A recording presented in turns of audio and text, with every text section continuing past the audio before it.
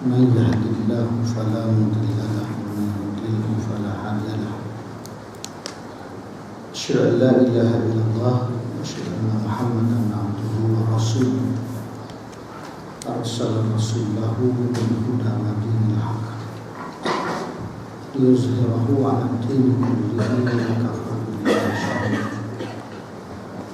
رب اشرح لي صدري ويسر لي أمري واحلل عقدة من لساني يفقهوا قولي سبحانك لا علم لنا إلا ما علمتنا إنك أنت العليم ربنا افتح بيننا وبين قومنا بالحق وأنت خير الفاتحين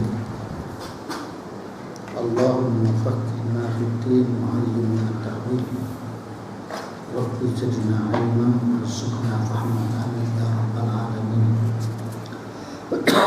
Assalamualaikum warahmatullahi taala wabarakatuh. Alhamdulillah, segala puji bagi Allah, selawat dan salam pada Nabi Muhammad sallallahu alaihi wasallam dan keluarganya yang tidak terhingga puji-puji kita kepada Allah. Pagi ini kita sambung pengajian kita di dalam kitab Al-Iman dalam menafsirkan ayat surah ayat kursi. Segala yang wujud, situ kan? Segala yang wujud ini berkehendak kepada wujudnya Allah Ta'ala dan tak ini. Segala yang wujud ini, segala makhluk berkehendak kepada wujudnya Allah Ta'ala dan pentadbiran Allah. Jadi dia kena berkehendak kepada Allah. Tak ada Allah binasa. Kalau tak ada Allah binasa, dan Allah mungkin tak ada. Maknanya segala yang wujud ini berkehendak kepada wujudnya Allah Ta'ala dan tak ini. Sebab semua makhluk adalah ciptaan Allah Subhanahu Wa Ta'ala. Tidak ada makhluk yang tidak dicipta oleh Allah. Semua dicipta oleh Allah belaka. Hatta kepada arasy kursi Allah Subhanahu Wa Ta'ala pun Allah yang ciptakan. Lepas tu bila kita sebut benda atas-atas ni, benda kemuliaan Allah ni, kita teringat Nabi Muhammad ni makhluk yang lebih afdal di segala-gala makhluk. Nabi Muhammad ni adalah makhluk manusia yang seafdal makhluk. Karena dibandingkan segala makhluk ni, yang Allah Subhanahu Wa Ta'ala suka, sayang, ialah Nabi Muhammad sallallahu alaihi wasallam. Kedua-dua nama ini menanamkan pengaruh yang mendalam dalam hidup Muslim yang beriman kepada kedua-duanya dan yang mengingati pengertian yang tersirat di dalam kedua-dua nama ini. Mana nama mana? Nama kita ngaji dulu Al-Hayyu Al-Qayyum. Dua-dua nama besar, nama Allah Subhanahu Wa Ta'ala Al-Hayyu Al-Qayyum. Ingat tak? Kau tak ingat? Biasa tak ingat. Jadi perlu dan wujudnya makhluk ini atas dua sifat nama Allah Subhanahu Wa Ta'ala Al-Hayyu Al-Qayyum. Gitu. Hati nurani Muslim sentiasa menghubungi Allah dengan cinta, beribadah dan taat kepada Allah. Hati seorang Muslim, dia kena terikat dengan Tuhan. Sentiasa cinta Allah. Cinta Allah ni kalau nak kira ayat, Qul in kuntum tuhibbunallah fattabi'uni yuhibbukumullah. Katakanlah wahai Muhammad, sekiranya kasih kepada Allah, ikut aku. Ikut aku, sudah pasti Allah akan mengasihi kamu. Mana pada di antara banyak-banyak cinta Allah, ikut Nabi, sunnah Nabi sallallahu alaihi wasallam. Sunnah Nabi. Di antara sunnah Nabi belajar ilmu. Ada orang tak nak ikut sunnah Nabi, ikut sunnah Nabi, bab menikah dua. Tapi bab mengaji tak ada. Bab sembahyang subuh tak. Bab sembahyang Jumaat tak. Nah, kira menikah dua tu sunnah Nabi. Nikah sah tu sunnah Nabi. Nikah dua ni dia ada kelebihan. Nah, dia ada kelebihan. Dan dia ada lebih duit, ada masa lebih, nikahlah. Kalau berani. Nah, kalau takut macam aku ni, setakat ni lah. Tapi maknanya bahawa cinta Allah Subhanahu Wa Taala ikut sunnah-sunnah Nabi. Sunnah Nabi, janganlah sampai nak ikut sunnah Nabi makan nasi dalam dulang. Tidaklah salah makan nasi dalam dulang, makan dalam pinggan biasa. Sunnah Nabi juga. Nah, maka tidaklah kata hebatnya sunnah Nabi kena pakai jubah, tidak sunnah kalau pakai baju Melayu. Nah, baju Melayu dah lah warna merah, kain black up pula. Nah, itu adalah sunnah Rasulullah sallallahu alaihi wasallam dalam penutupan aurat. Nah, sunnah dalam penutupan aurat. Ada kelebihan dia pakai jubah, dapat pahala lebih. Supaya orang semayang, afdal dia semayang berserban. Tak ada serban, pakailah sesuatu letak atas kepala tu. Kalau tak berkemampuan, tak payah pakai apa-apa. Jangan pakai topi koboi. Semayang pakai topi koboi, pebar. Mana? Jadi maknanya ada kelebihan. Sunnah-sunnah Nabi, ikut Nabi. Paling mudah ikut Nabi. Macam mana nak ikut Nabi? Kena belajar lah. Nah, kena belajar. Kalau berstakat ikut Nabi, tak ada ilmu tak boleh. Supaya kata semayang. Semayang ni tak wajib kalau tak ada ilmu. Mana ilmu adalah wajib. Mari pakai bernerak belakang, buat bernerak. Semayang apa? Boleh tak? Semayang bermula dengan takbir, berakhir dengan salam. Yang kau mari menerak ni bukan semayang. Nah, jadi maknanya ikut Nabi ni kena ada ilmu. Nabi ni ajar talabul ilm faridatun ala kulli muslim. Belajar ilmu ni adalah wajib bagi setiap muslim. Aku nak belajar. Nah, kalau cinta Allah, cinta Nabi, cinta Allah, kena buat hak Nabi buat. Nabi buat. Nak semayang berjamaah dalam masjid lagi, awal waktu lagi. Nah, nak baca Quran. Ini Nabi suruh baca Quran. Mana baca Quran? Baca WhatsApp je lagi. Baca WhatsApp je lagi. Berasap tu. WhatsApp dia tu. Baca Instagram, baca Facebook. Nah, bukan tak salah. Bukan tak boleh, boleh. Saya mari tadi saya update. Saya kuliah subuh di surau Al-Hijrah. Nah, kita gimana-mana mesti update punya. Check in. Nah, tapi janganlah sampai tak baca Quran. Kalau Nabi suruh baca Quran, iqra'ul Quran fa innahu ya'ti yaumal qiyamah syafi'an li ashabi. Bacalah kamu Quran. Quran akan datang memberi syafaat kepada orang yang membaca. Tak baca. Nah, gitu. Nabi suruh selawat, tak selawat. Tak nak ikut sunnah Nabi. Sayang Allah.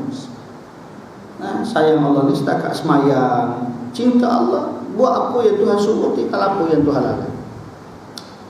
Beribadat dan taat kepada Allah.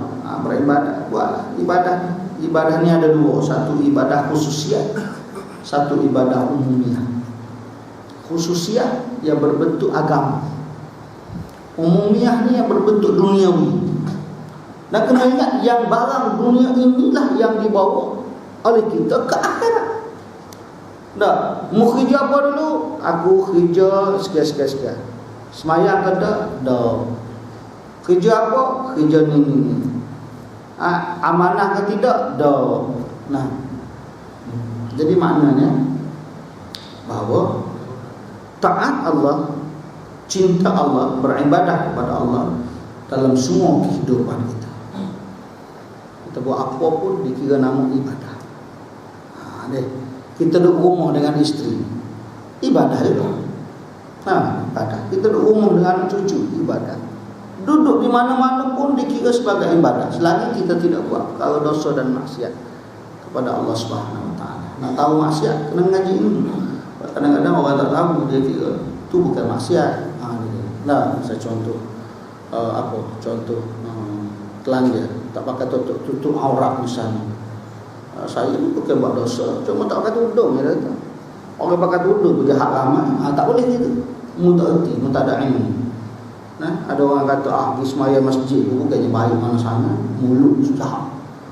Nah, daripada kamu yang tak semaya langsung, baik semaya yang setakat gitu. Adalah benda yang boleh, walaupun tak baik lah, pak orang kantor dan sebagainya, tapi maknanya ada kebaikan dia semaya daripada kamu tinggal semayang terus. Orang tinggal semaya ni dosa dia lebih berat daripada dosa mencuri, merokok, merogoh, zina dan sebagainya. Kalau orang mencuri, dia setakat dosa mencuri, dosa besar. Kalau orang rogoh dia ni bukan setakat orang yang rogoh, boyo pun dia rogoh. Nah, jahatnya dia, tunjuknya jahatnya dia. Nah, tapi dia bukan menjadi kafir, dia menjadi kufur nikmat. Dia dosa dan duduk dalam neraka Allah. Tak ada dalil mengatakan dia menjadi kafir akidah. Nah, dia bunuh orang selama mana pun dia tidak menjadi kafir akidah. Tak. Dan tak ada lagi bunuh orang menjadi kafir serupa sembah berhala dah. Nah, dia jadi kufur nikmat. Serupa Tuhan sebut wala in syakartum la azidannakum wala in kafartum inna adzabi lasyadid. Siapa bersyukur kepada aku, Allah tambah nikmat. Siapa yang kufur pada aku, masuk neraka. Maknanya Allah akan wala in kafartum inna adzabi lasyadid. Allah akan azabkan dia. Masuk neraka lah. Hendak masuk neraka lah. Maknanya orang yang begini dia tidak menjadi kufur akidah. Tidak jadi kufur akidah. Tapi bila jadi kufur, tengok pada ayat, tinggal setengah semaya. Tinggal semaya ni dosa yang berat. Pertama, dia ni jadi dosa besar, tinggal semaya. Yang kedua, dia jadi wahadamaddin, peruntuh agama Allah Subhanahu Wa Taala. Kalau ikut pada hadis, man taraka as-salata muta'ammidan faqad kafara jihar. Siapa tinggal semaya dengan sengaja, maka dia menjadi kafir terang-terang. Berjudi tadi, berzina tadi tak jadi kafir. Tak jadi kafir. Walaupun Imam Syafi'i kita, mazhab imam kita sebut bahawa tidak jadi kafir lagi setakat dosa besar. Kalau dia kata semayang tak wajib, baru dia jadi kafir. Tak semayang, bapa tak semayang, saya tak wajib lagi. Umur berapa? 60. Bila wajib? Tak tahu dia, tak tahu bila dia wajib. Dan dia tahunya mandi wajib. Nah, ini baru ni saya. Sebab tu ramai yang dalam keadaan yang sedemikian. Kerana ia mengetahui bahawa Tuhanlah yang mentadbir urusannya dan urusan tiap-tiap sesuatu di sekelilingnya menurut hikmah dan tadbirnya.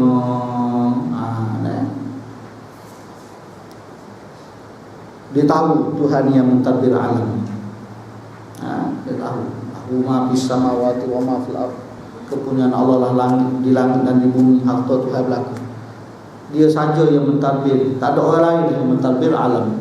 Nah, kalau ada dua Tuhan, lama dah, kosok, porok paranda gitu, hacul buhabi. Tapi karena Tuhan Esa, Tuhan Esa itulah yang namanya, yang kita kata Tuhan itu satu. Nama dia ni Allah Subhanahu Wa Taala.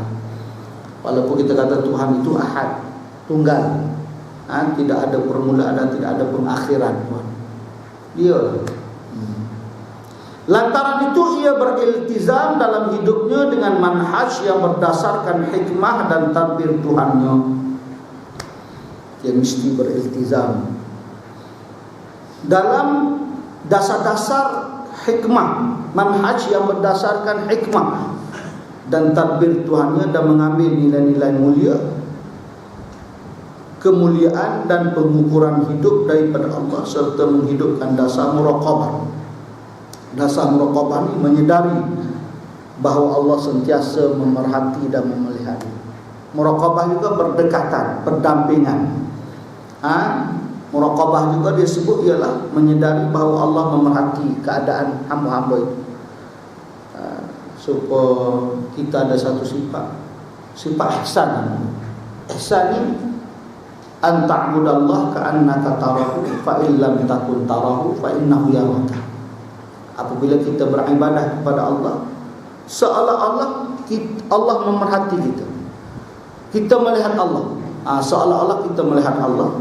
Kalau kita tak nampak Allah, ketahuilah bahawa Allah sentiasa memerhati dan melihat kita. Biasa kita duduk di mana-mana pun Allah duk tengok kita, duk perhati kita tadi. Jadi kita tak nak buat benda-benda yang berdosa lah. Kalau berdosa sikit, istighfar lalu, silap sikit, istighfar dan sebagainya.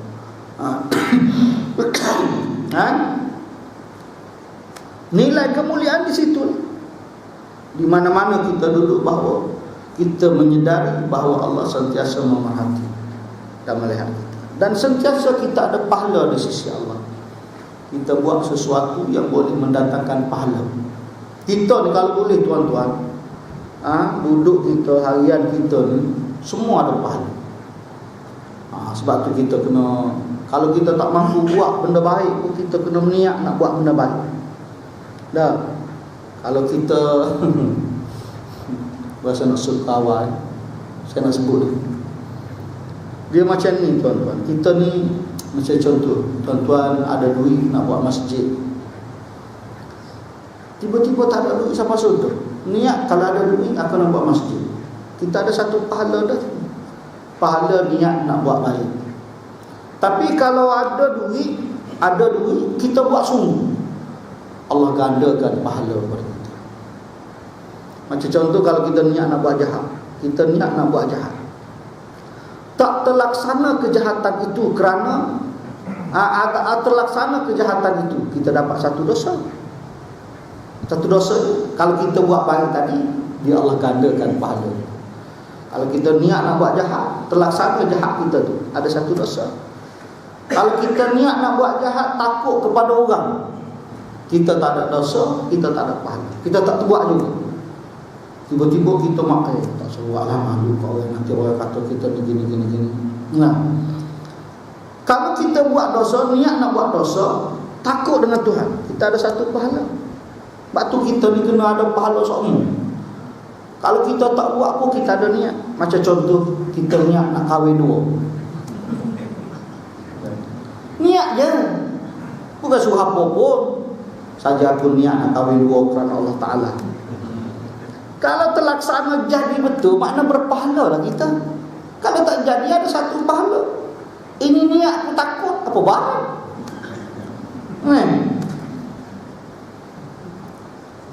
Dalam niat takut, mimpi pun takut. Nah, sama lah aku pula aku tunjuk macam itu. Tapi kita pasang niat lah. Isteri tanya, abang berniat? Niat.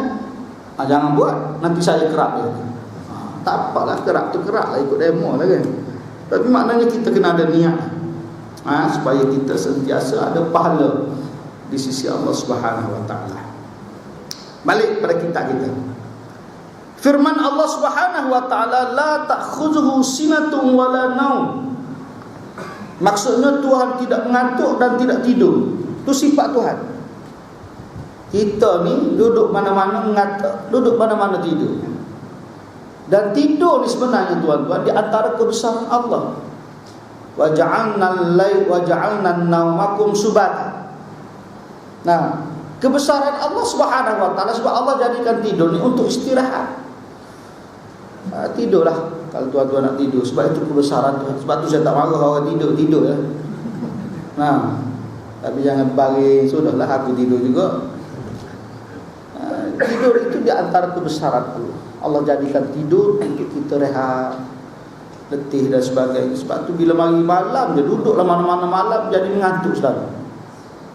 Kita pergilah, katalah kita pergi Mekah 5 jam lewat pada kita.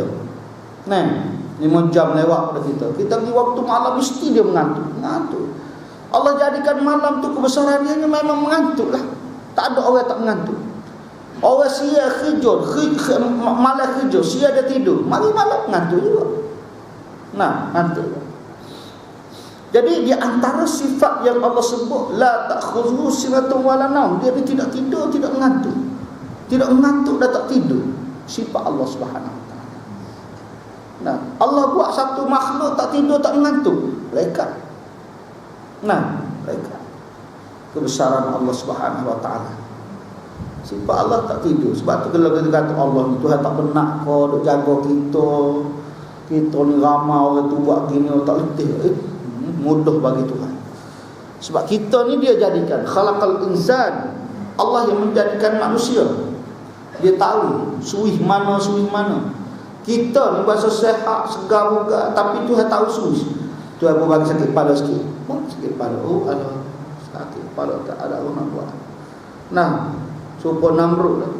Budaya sama budaya sini lah sekali dengan belalang masuk ke dalam telinga tu. Duduk dalam telinga Namrud. Allah arahkan kukuk sikit, kukuk dia. Macam tengok di Amerika lah ni. Penyakit apa? Nyamuk apa? Famakila apa? Zika. Famakila apa? Nyamuk.